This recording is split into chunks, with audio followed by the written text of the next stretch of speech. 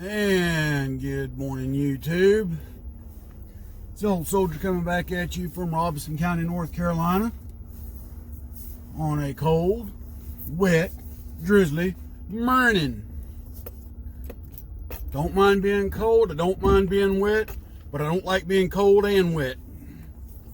It's one of those days. And the change of weather's got everything in my body aching this morning. Been up since 3 o'clock this morning.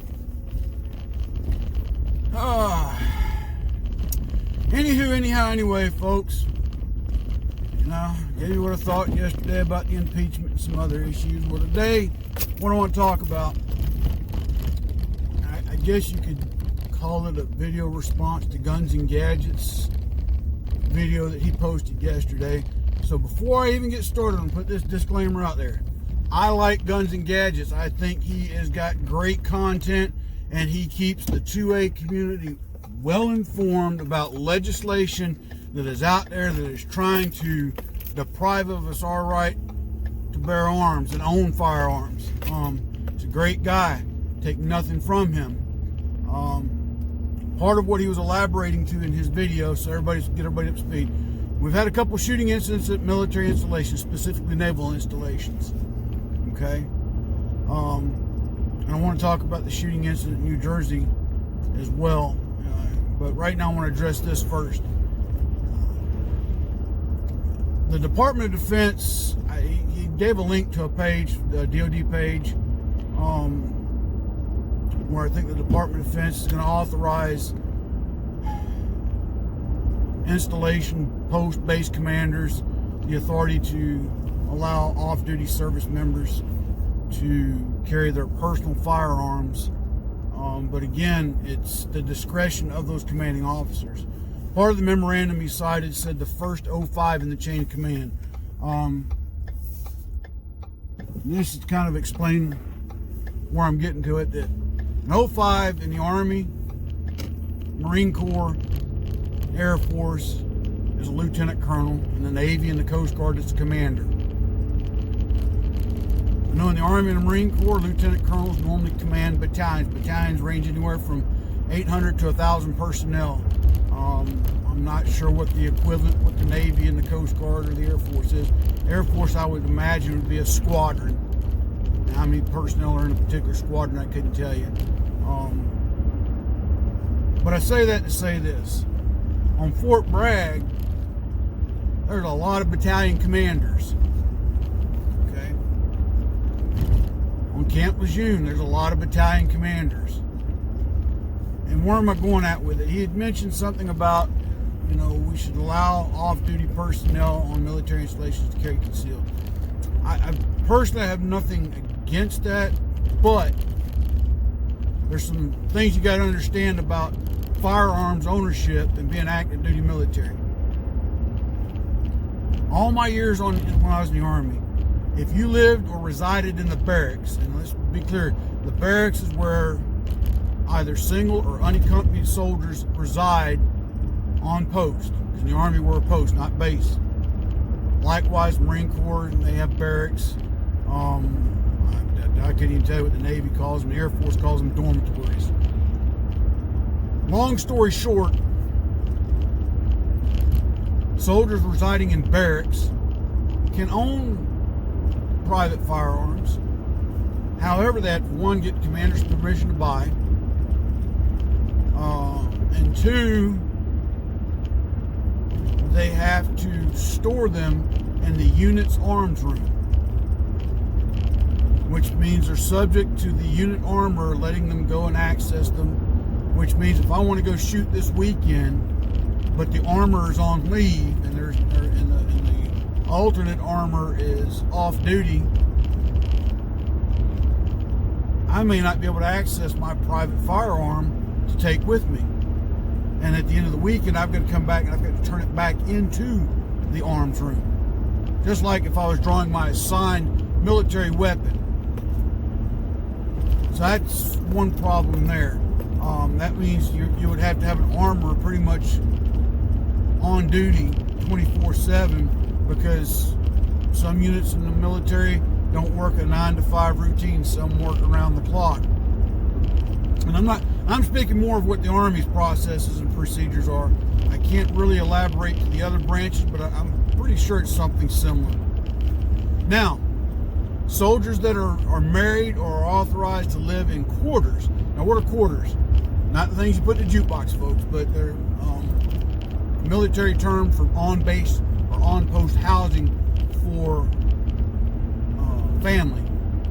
So if I'm married and I want to reside on post, I can apply to go to and stay in quarters. And in either townhouse, some places they got little like mini apartments, other places you can be in your own full-blown house. And it also depends on your rank as to how much space you get in this whole thing. But that right there is like if you're staying in your own home that you bought or rent off base or off post. You can own all your firearms and keep them there.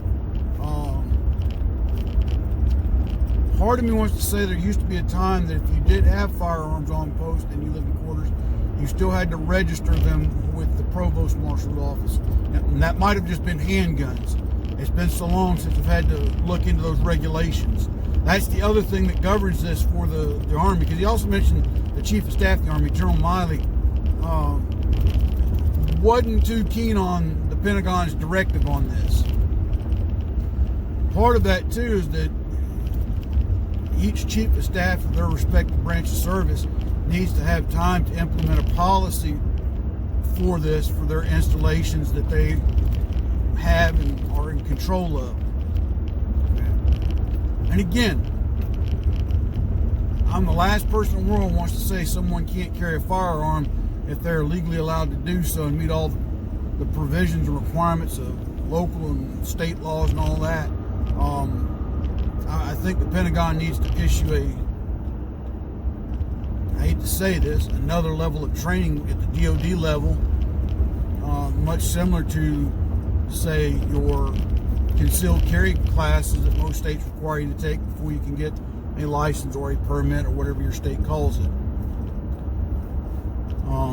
And that's only to cover the DoD's rear end. That's, if you know anything about government work, a lot of what they write and put in the policy letters is to cover their own rear end nowadays, for lack of better terms of anything else.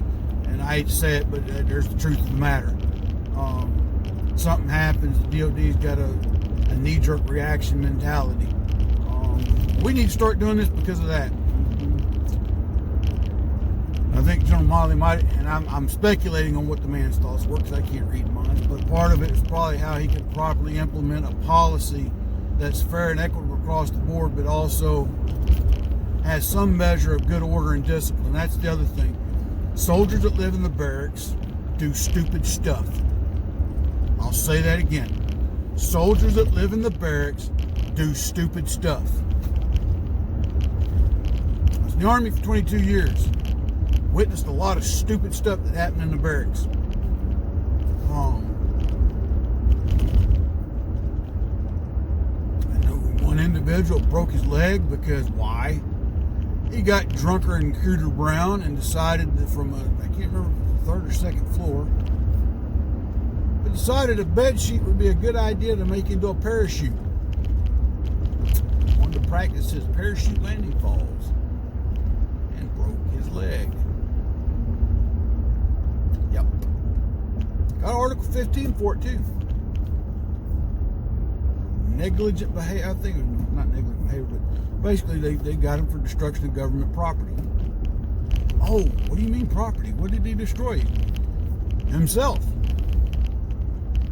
Under the Uniform Code of Military Justice, believe it or not, folks, you can get on Article 15, which is non-judicial punishment, which is punishment that can result in a forfeiture of pay, a reduction of rank, restriction to barracks.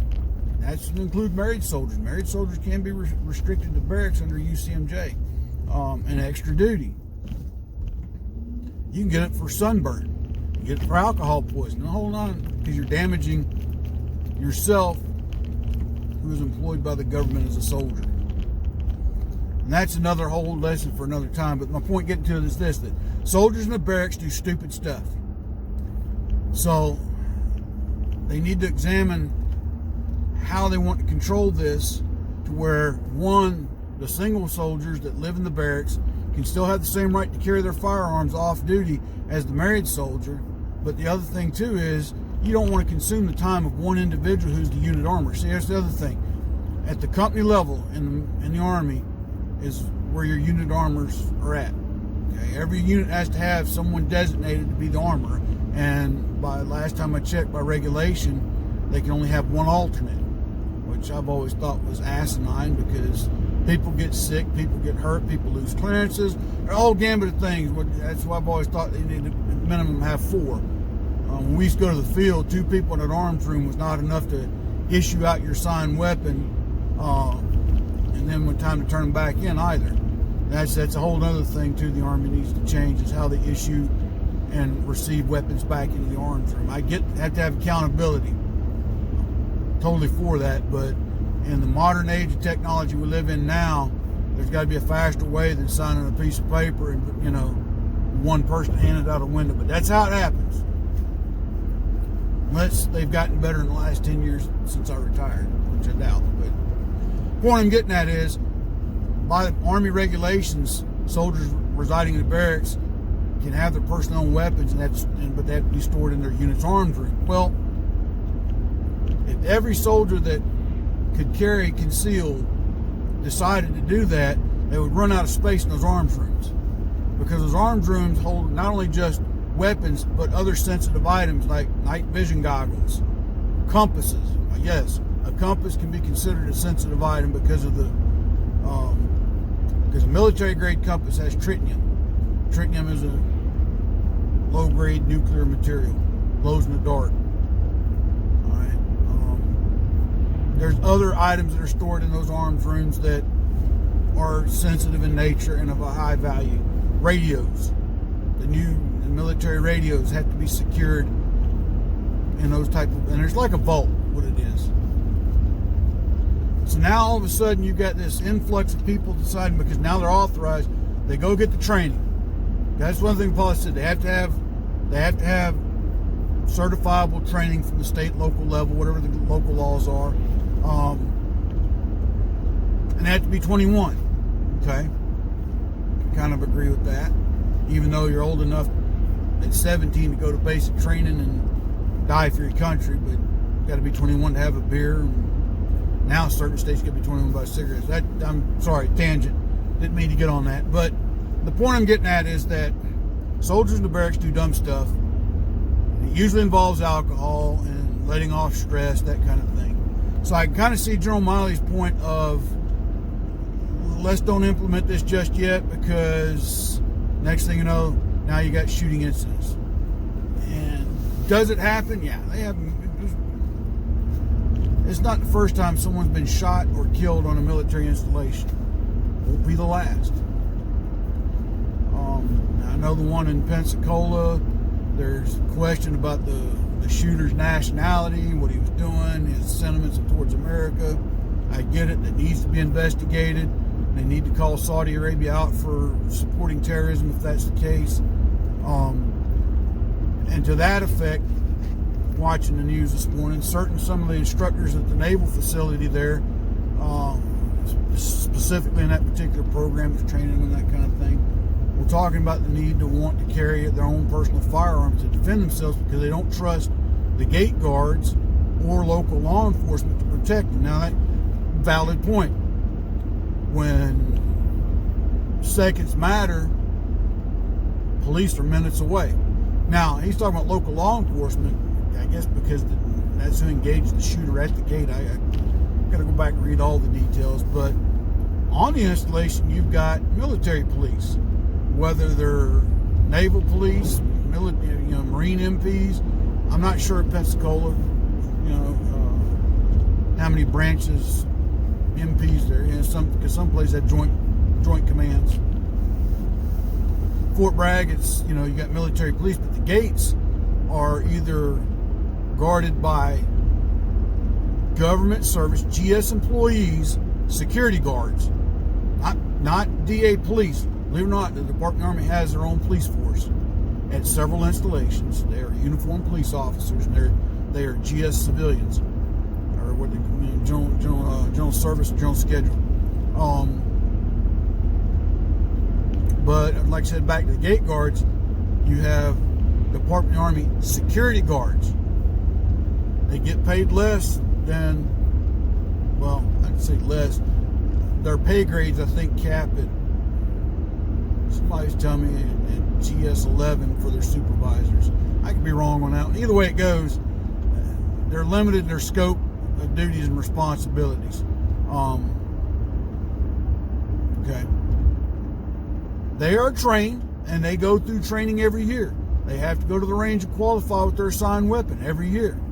They're trained on detention procedures. They're trained on a wide gamut of things that could occur and happen at their place of duty, whether it is a main access control gate or another secure facility on the installation. Fort Bragg's got a lot of facilities that not just anybody can walk into and do anything. And they augment that security with these DA security guards, or Department of Army security guards. A while back, they used to be contracted through, one of the big ones here was Whacking Hut. Then they turned them over to government employees. Long story short. And then the other gate guards at Fort Bragg are soldiers from the various units that are on Fort Bragg. It's a rotating detail. You know, this week it might be, and I'm using a hypothetical unit designation, this week it might be the 1st of the 128th Air Defense Artillery Battalion, you know, and they've got it for 6 weeks. And then the following week it might be 3rd Battalion of the 245th Medical Detachment. So now you got a whole wide gamut of soldiers of various MOSs and various levels of weapons training. And prior to going on the gate, they got a program that the soldiers assigned to that duty got to go through. It's an inherent nature of a soldier's duty is guard duty. It's one of the things you're taught in basic training. But does that necessarily make you the best fit for security at a gate? I would say to some extent yes, because you're taught in basic training how to guard things. We send them to Iraq, Afghanistan, and other various places, and we put them on these security checkpoints. So, to some measure, yes, but to some measure, no. There's not always, you know, if you pull them all off the gate to go respond to something, and who's protecting the gate, that's the other thing. So I get what Guns and Gadgets was trying to say, and I'm not against it, but I think that you can't rush into this one, given you have to maintain good order and discipline on a military installation, and I don't care what branch of service it is. So there needs to be processes, but it needs to be a uniform process. So whatever's applicable for the Army needs to be the same for the Air Force, Navy. That because, again, we've got joint bases now. The fact that the Pentagon memorandum that he read quoted or stated that it was the first 05 in the chain of command. Well, that's fine, but when you've got an installation that might have over 100 of those 05s in command, and this guy over here is saying my people can carry, but this guy over here is saying his can't. Well, now this may seem petty, but it'll happen. Why can't I carry it? Because this commander's anti-gun. He doesn't believe we ought to, but this, you know, and I want to transfer. And now the other thing too is this approval process. First 05 chain of command has to get that approval. Well, that means every 05 is going to wind up implementing a policy where it's probably going to have to be some type of written request and a memorandum, which means now it's going to go through a screening process. Trust me, battalion commanders just don't sign anything that's laid before them. It's going to go through the S1, which is the adjutant, okay? And before any good battalion commander in the Army signs anything, his or her sergeant major is going to have a long, hard look at anything when it pertains to requests like this. They're going to make sure all the I's are dotted, all the T's are crossed, everything's formatted correctly. Verify that all certifications and training are up to date and are legitimate. Okay? So there's a whole scrutiny of things here that has to be done. And that might have been General Miley's reason for let's not go with this just yet. The other thing too, I know you're probably tired of me harping on it, but again, when I was at Fort Bragg, all the years I served in Fort Bragg, we had some places there that at nighttime got rough, and I'm talking about the clubs. We used to have there used to be a series of clubs on Fort Bragg that a lot of nights went by that a fight would break out. Somebody would get beat up pretty bad. Sometimes people get stabbed. There was one club they used to refer to as the stab and jab. To Fort Bragg's credit, they've kind of curtailed a lot of that. A lot of that got curtailed when they finally gated off the entire facility. Fort Bragg for a long time was what they called an open post. You could drive in and off regardless if you were in the military or not. But part of that too is you had active duty members taking people into the clubs at night that really weren't authorized patrons, or they were taking in more than they were authorized. It was long drawn out stuff, and people abusing things. That's the other thing, people abusing policy. But again, I'm trying not to take away from what Guns and Gadgets was saying, by no means whatsoever. I think that, and I have thought for years, that the on-post carry policy or on-base carry policy needed to be relooked at. Because honestly, right now, if I want to go to Fort Bragg with my privately owned weapon, the only way I can access and take it on post is my weapon has to be secured in one part of my vehicle, the ammunition has to be secured in another, if memory serves me correct. And the only place I could be taking it to is the authorized civilian shooting range on Fort Bragg, and there's only one place that you can do that at. Okay. Or if I'm going hunting, because you can actually hunt on Fort Bragg during certain times of the year. But even then, there's a whole strict procedure of how you take your firearm on and off the installation, and what you have to do in order to get permission to do that. But again, I think that if you're old enough to join the military and die for your country, there should be some measure of responsibility given to you in regards to personal weapon ownership.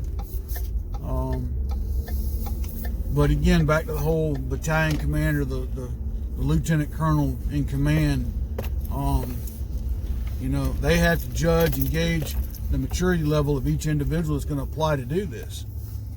That's the other thing too. Anybody can fill out paperwork and go take training. It still does not necessarily make them mature enough or even able enough to, what I say, carry every day. But again, at the end of the day, it's a right, not a privilege. So who am I to say that he can and can't?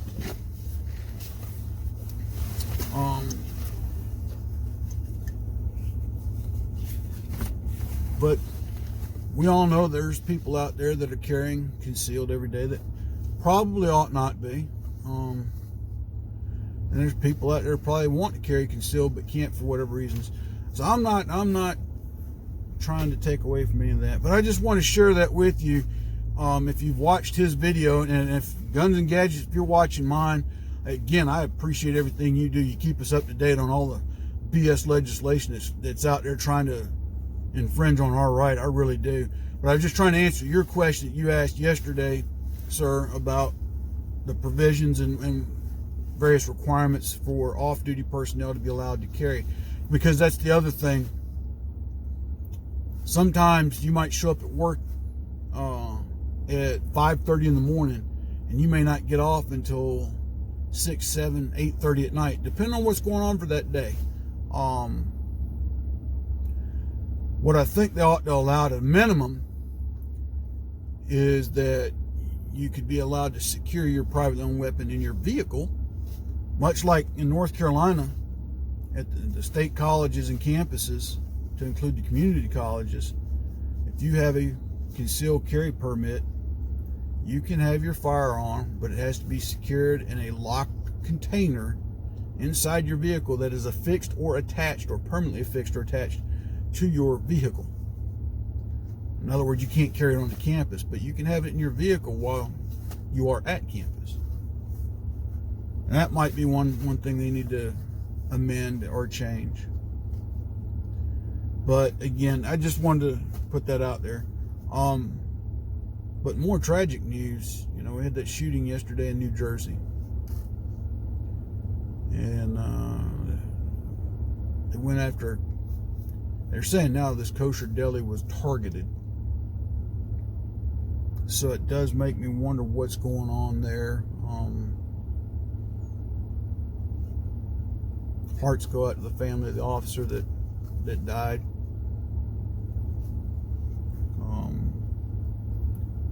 But also, it's taking an eye off the ball too. The other things going on in Washington, D.C. It always seems like right when things get hot and heavy in Washington, D.C., something happens that diverts attention.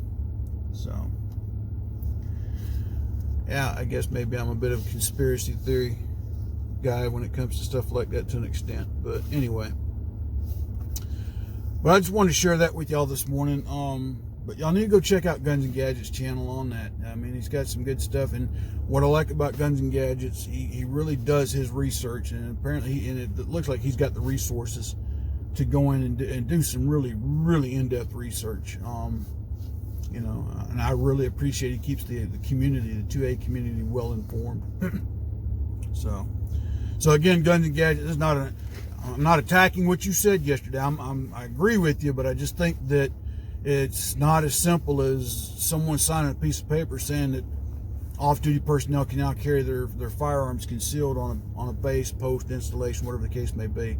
I think they need to structure this, and it has to be a uniform structure across the entirety of the DoD, not just leaving it up to every installation commander. The policy needs to be uniform across the board. That's the other problem. Let's say I'm in the Army, but I get assigned to a joint base. Well, now let's say I'm at Joint Base Lewis McChord, which is in Washington State, and they've got stricter guidances and procedures than, say, Joint Base McGuire-Dix in New Jersey. Well, now I got to retake all this, and that's always been a thing too. So it can be done. Don't get me wrong, it can be done, but there just needs to, the gut reaction of, well, they're in the military, they ought to, yeah, we're trained on how to use firearms in the military. Okay. But it doesn't get into the level of training that you have to go through to get a concealed carry permit. Okay.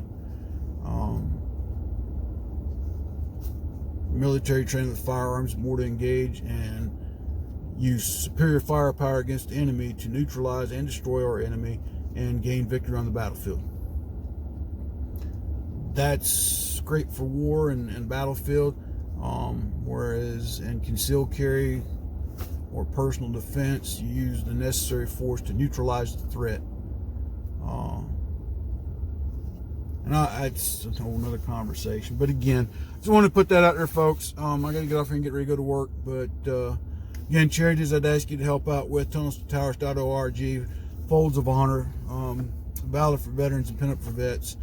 Vendors I'd ask you to help out, Money Quick Pawn, Rayford Road here in Fayetteville, the Fayetteville, North Carolina area where I go to for all my guns and ammunition in this area.